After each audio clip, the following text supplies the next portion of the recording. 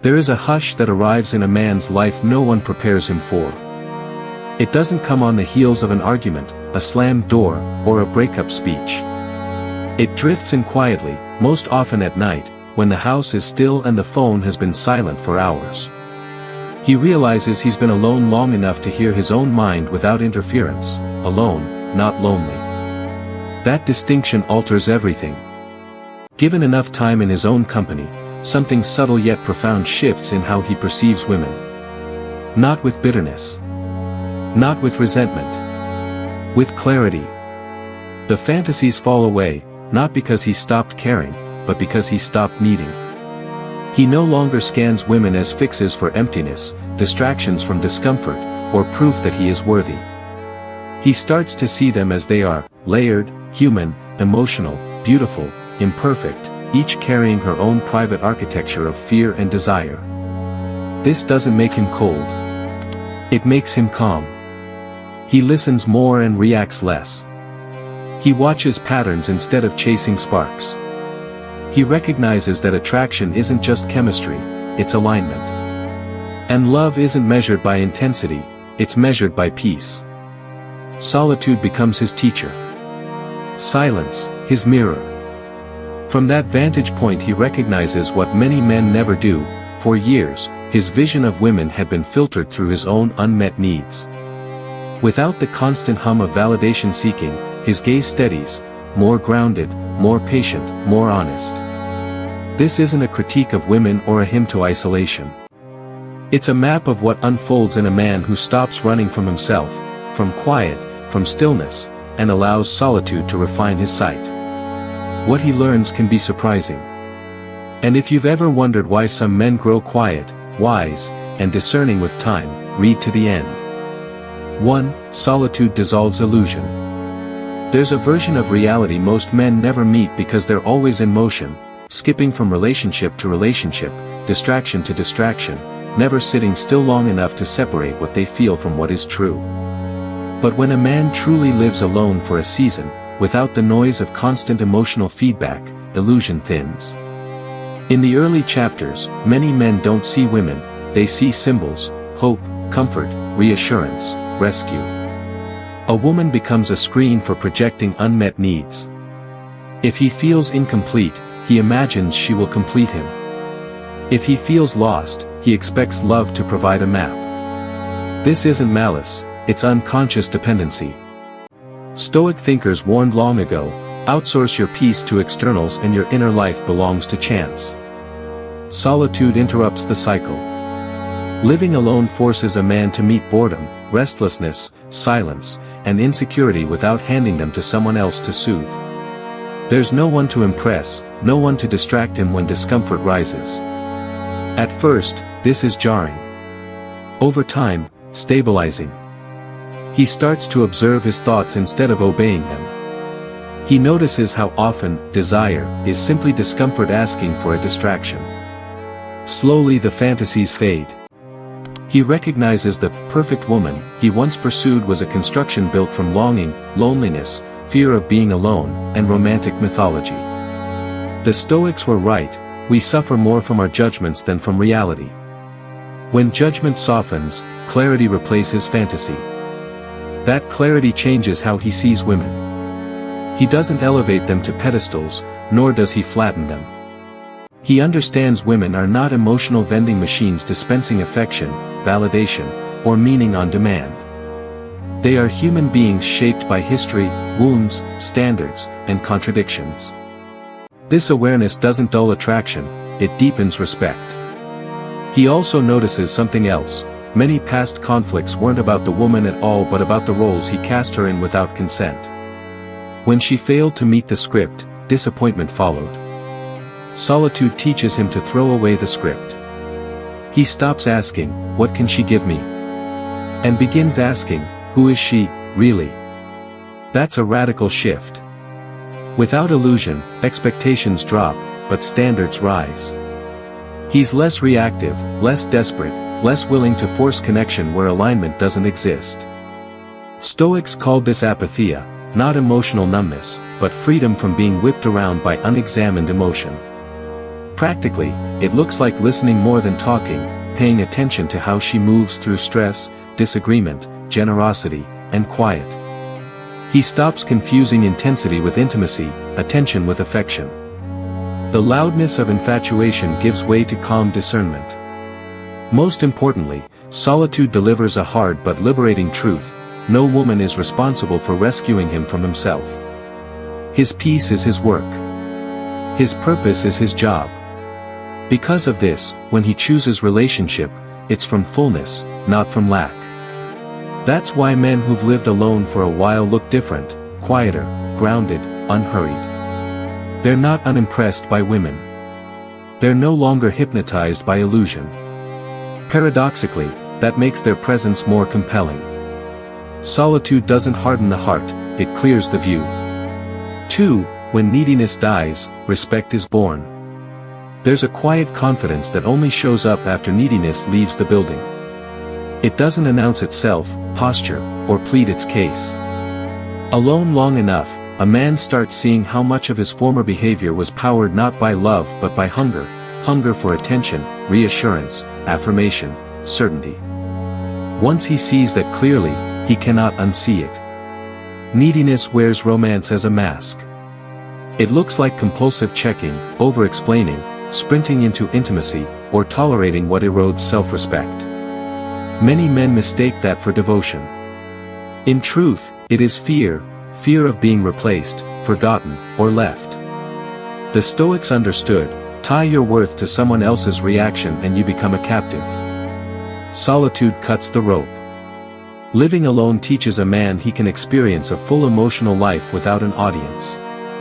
He learns to sit with his thoughts, steady his moods, and build routines that don't depend on applause. The nervous energy drains. He doesn't approach women with urgency. There's no hidden panic in his words saying, "Please pick me." Everything changes. As neediness dies, respect takes root, first for himself, then for the person across from him. He stops chasing approval, he offers presence. He doesn't overshare to force closeness or perform kindness to secure affection. His interest becomes deliberate and grounded. He can appreciate a woman without gripping her. Women sense this immediately. A man who doesn't need a woman to stabilize him is emotionally safer to be around. Not detached, steady. He doesn't push or rush. He doesn't manipulate with silence or overcompensate with intensity. He understands, with Epictetus, that what is up to you is yours, what is not, let go. Emotional independence makes him hard to shake. Respect also reframes rejection. Instead of spiraling into doubt or bitterness, he receives disinterest with composure. Attraction stops being a verdict on his worth. That alone sets him apart in a reactive culture. He extends this respect outward.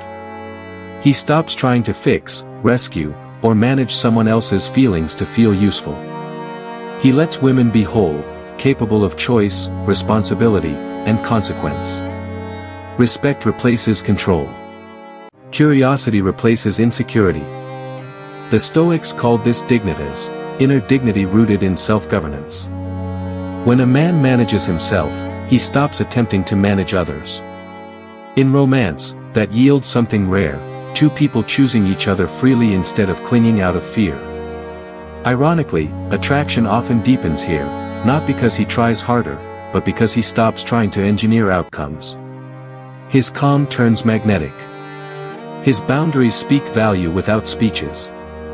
His presence communicates, "I'm content on my own, and I choose you only if our lives make more peace together than apart." That is respect in its cleanest form. It only grows where neediness dies. 3. Patterns replace emotional chaos. Emotional chaos thrives when you're entangled without perspective. Constant investment, reactivity, and fear of loss make everything feel urgent. Every ping matters. Every silence stings. Every disagreement threatens the whole structure. After a season alone, distance gifts a man something rare: the ability to see patterns instead of moments. Maturity often begins there. Solitude slows the inner metronome. Without relationships' continual stimulation, his nervous system settles. He moves from impulse to observation. Once observation becomes habit, chaos loses leverage. He starts noticing how feelings swell and recede, how conflicts replay themselves, how certain dynamics always end the same way. He may realize he once excused unhealthy behavior because attraction blurred the data. He mistook unpredictability for passion, volatility for depth. The Stoics warn against this confusion. Marcus Aurelius cautioned us not to be jerked like puppets by our impressions. Solitude teaches exactly that, how not to dance to every emotional tug. With time alone, he asks better questions. Not, how do I feel right now, but, what keeps happening here? He notices communication patterns, who listens, who avoids, who escalates, who retreats. He pays attention to responses to stress, boundaries, accountability. This isn't moralizing, it's data collection. Data breeds clarity. This profoundly shifts how he reads women. Instead of being swept away by charm, chemistry, or narrative, he tracks consistency. Does kindness persist beyond convenience? Does interest survive disagreement? Does emotional expression seek understanding or leverage? Those questions trade confusion for insight. Most men aren't foolish in love, they're too close to see. Solitude provides distance without cynicism. It trains him to pause before acting, to let feelings pass before deciding. Emotions are information, not commands, a central Stoic lesson. In turn, drama loses its shine. Roller coasters don't feel romantic, they feel expensive. He names chaos for what it is, instability. Peace, once dismissed as boring, becomes a luxury good. This precision doesn't make him cold. It makes him present. He enters conversations listening for substance over performance. He can enjoy flirtation without blindness. He can honor vulnerability without adopting emotional jobs that aren't his. Patterns keep him anchored when feelings try to sweep him off course. And here's the paradox, clarity makes deeper connection possible.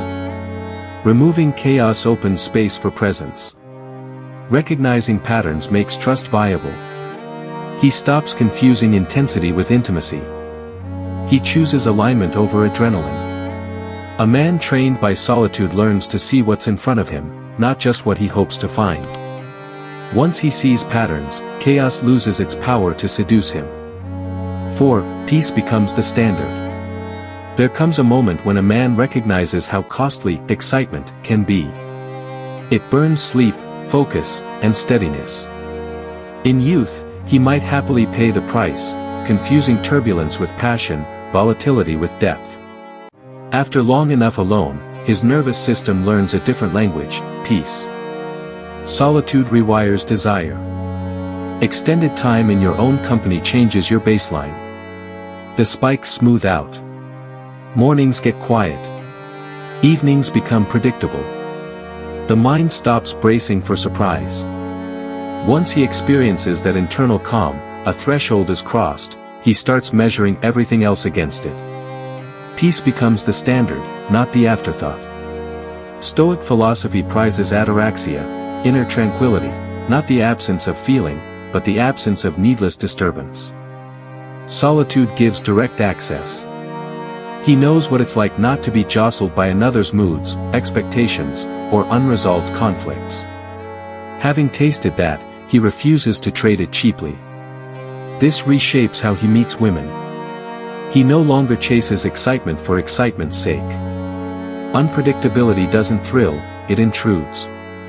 He becomes sensitive to how interactions touch his inner state. Conversations that leave him anxious, foggy, or doubting aren't dismissed as chemistry. They're named misalignment. He doesn't avoid emotion, he values regulation over chaos. He evaluates connection less by how intensely he feels and more by how safely he can exist beside someone. Can they share silence without strain? Disagree without punishment? Can both breathe? Those questions outrank charm. Peace also sharpens his boundaries. He knows what it costs to build his equilibrium. He guards it. He doesn't over-explain his limits or apologize for needing calm. As the Stoics put it, the wise arrange their lives so external storms disturb them as little as possible. Ironically, this centeredness often reads as attractive, not because he's aloof, but because he's solid. He doesn't get pulled into tempests or escalate to feel alive. His presence lands as steady, safe, real. And peace isn't passive, it's chosen. He picks relationships that feel steady over those that feel cinematic. He favors honest communication over dramatic displays. He prefers consistency to fireworks. Living alone teaches him love should expand life, not destabilize it. Attraction should feel like clarity, not confusion. Peace isn't dull. It's rare. Once peace is the baseline, everything else has to rise to meet it. 5. Empathy without illusion. One of Solitude's quietest transformations is also the easiest to misread. He becomes more empathetic, and less illusioned. To outsiders, it can look like distance. In reality, it's clean empathy. After enough time on his own, he learns to read feelings without being consumed by them. Earlier, empathy often tangled with obligation. If a woman was upset, he felt to blame. If she struggled, he rushed to rescue. If she was unhappy, he assumed he'd failed. That wasn't compassion, it was blurred boundaries. Stoic wisdom cautions us, care deeply, but don't surrender your center to what you cannot control. Solitude teaches the lesson kindly but firmly. With no one else around to regulate his moods, soothe his anxiety, or validate his pain, he becomes fluent in emotional self-governance. Once practiced inside, he stops projecting responsibility outward. This is where empathy matures. He can sit with a woman's pain without trying to fix it. He can hold space without absorbing distress. He can acknowledge feeling without validating damaging behavior. Emotions are real. They're not always reasonable. Pain deserves recognition, it doesn't always deserve agreement. Love does not require carving up your self-respect. These are subtle distinctions, core to emotional adulthood. Marcus Aurelius advised greeting others with kindness while staying straight, not straightened. A man shaped by solitude lives that. He doesn't harden, and he doesn't bend out of shape. Women experience him as present and grounded, attentive without handling, supportive without control, recognition without pedestal. He doesn't rush comfort to feel necessary or retreat to protect pride. He stays. He also turns the same clarity inward. He stops romanticizing suffering, his or anyone else's. He notices when pain is used to buy attention or gain leverage. Seeing it clearly, he opts out. That's not cruelty, it's honesty.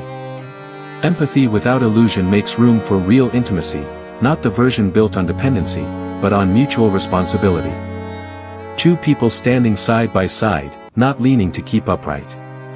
Solitude teaches that the strongest compassion is calm, that love doesn't require losing yourself, and that real empathy begins when illusion ends. 6. Love becomes a choice, not a craving. There's a world of difference between wanting and needing. Many never locate it because they've never spent enough time alone to find the seam where desire ends and dependency begins. After living alone long enough, love undergoes its most defining shift. It stops being a craving and becomes a choice. Earlier, love often felt urgent, restless, obsessive, already afraid of loss before anything was lost. Attraction carried tension. Affection felt like relief. Relationships were entered from an unspoken deficit. The Stoics would call that clinging to externals, parking your peace in what can be taken. Solitude disassembles that. Enjoying his own company, a man's nervous system stops equating connection with survival. He builds a quiet, functional life, routines, purpose, inner conversation, that don't rely on romantic approval. Desire, when it appears, is no longer frantic. It's calm. Love turns deliberate. He doesn't fall into relationships, he steps into them. He asks not only, am I drawn to her, but does this connection fit the life I've built? Chemistry isn't enough by itself. Now it's shared values, emotional maturity, and the ability to coexist in peace. This doesn't make love less romantic, it makes it more honest. He can walk away from promising attractions that destabilize his center. Wanting someone isn't reason to sacrifice peace. Self-mastery is freedom, the Stoics remind us, and he won't surrender it on impulse. At this stage he doesn't cling, chase uncertainty, or confuse longing for meaning. When he chooses a woman, it isn't to escape solitude. It's because her presence genuinely enriches a life he already respects. She feels chosen, not used, desired, not depended on, free, not responsible for holding someone else's center. That breeds a rare intimacy rooted in autonomy rather than fusion. Love as a choice is quieter and deeper, less theater, more trust, less spike, more consistency. It isn't fueled by hunger. It's sustained by intention. Love shouldn't feel like starvation, he learns. It should feel like recognition, a steady yes. Chosen like this, love stops threatening freedom. It becomes an expression of it. Conclusion, the quiet strength that changes everything. There's a form of strength that doesn't campaign for attention. It grows in empty rooms, long evenings, early mornings no one else witnesses. It's the strength a man acquires when he lives alone long enough, not to escape the world, but to understand himself inside it. Solitude doesn't turn a man against love, it makes him honest about it. He learns that attraction without peace is a warning, not a promise. That empathy without boundaries is self-betrayal. That intensity isn't intimacy and craving isn't commitment. Through silence and self-mastery, he stops looking at women as solutions to his needs and begins seeing them as fellow travelers, whole, complex, and worthy of respect. That's why such men move differently. They listen more than they speak. They choose carefully. They can walk away without bitterness and commit without fear. Their calm isn't apathy. It's discernment. Their restraint isn't weakness. It's self-respect. And their love, when offered, isn't desperate or demanding. It's chosen. Stoic wisdom reminds us, the strongest freedom is inner freedom, the capacity to remain steady regardless of what life gives or withholds. A man at peace alone doesn't fear companionship, and he no longer fears its absence either. That balance changes everything. If this perspective resonated, reflect not on who you want beside you, but on who you are when no one else is there. That's where clarity begins. If you found value here, consider subscribing for more reflections on purpose, discipline, relationships, and inner calm in a noisy age. And if this stirred something personal, share your thoughts in the comments. Your story might help someone find their footing. Until next time, choose peace, choose clarity, and when you choose love, let it be from strength, not from fear.